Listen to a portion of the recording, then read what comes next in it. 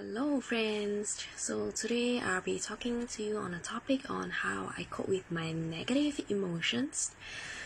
And it's very real that we live in such a world where we are just gonna constantly face a lot of negative emotions from time to time, or rather just so often in our day to day. And our first tendency a lot of times is really to run away. We starve ourselves with more activities in order to distract ourselves from those emotions. But the most important thing is really coming down to telling ourselves that we shouldn't be running away from that.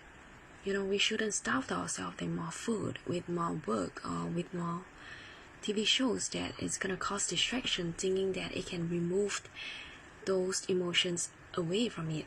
But it's not gonna work, because it's like sweeping those emotions under the rug, hoping that it could go away, but it's not. It's still there, it's existing. So give yourself the grace to feel those emotions, and know that every emotion is a gift.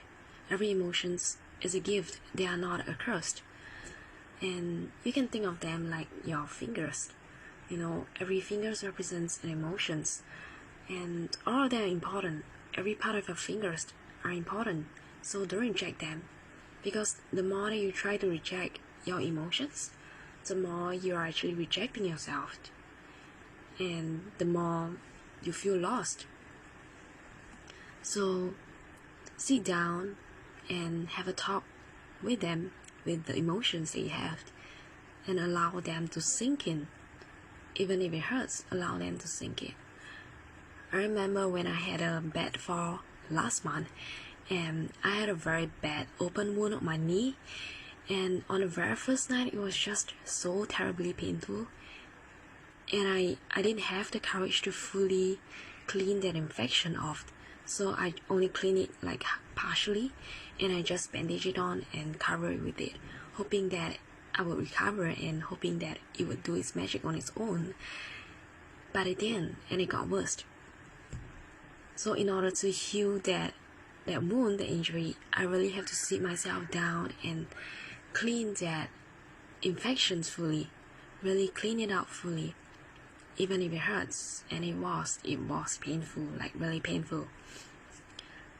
Allow yourself to feel that emotions, even if it hurts. Give yourself the room and the space, because that journey, that first step, will be the very first step for you to heal yourself. And you are gonna be so grateful for doing that for yourself. So the next step is to process the emotions and to really rationalize those emotions. Find out the source of those emotions. Where is these emotions coming from? And for me, I'm a person of faith. Sometimes when I have no idea how to figure that or where that emotions is from, I will pray and then ask God to lead me and show me where that emotions come from.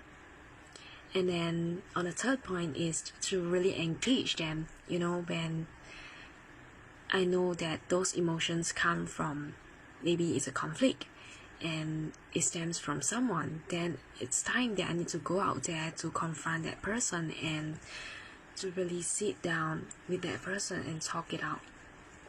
But if that emotions, it stands for something from the past, which means that I can't fully engage it, I can't touch it, because it could be some childhood event that already happened, but it's still a lingering emotions that I feel.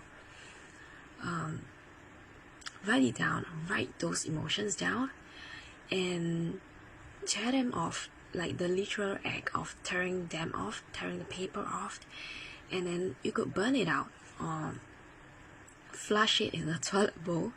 I don't know what you want to do with it, but do the literal act of like removing that piece of paper that you have, and there is a form of release as well.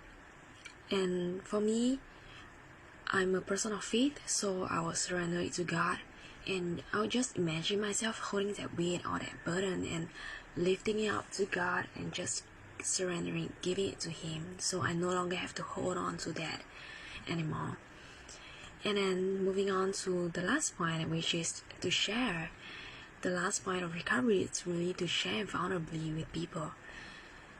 But with people, I mean not everyone, but with a trusted friend, being vulnerable does not mean that you don't have any boundary.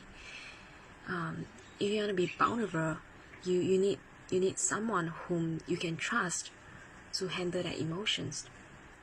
And you are already hurting, you don't want to hurt yourself further, so find someone whom you can trust and share it out, talk it out with that person. And I feel that this topic on boundary in the terms of vulnerability is a whole new topic, which I'll be talking about on another video. So I hope this has been helpful for you, and share with me how do you cope with your negative emotions, like what works for you and what does not.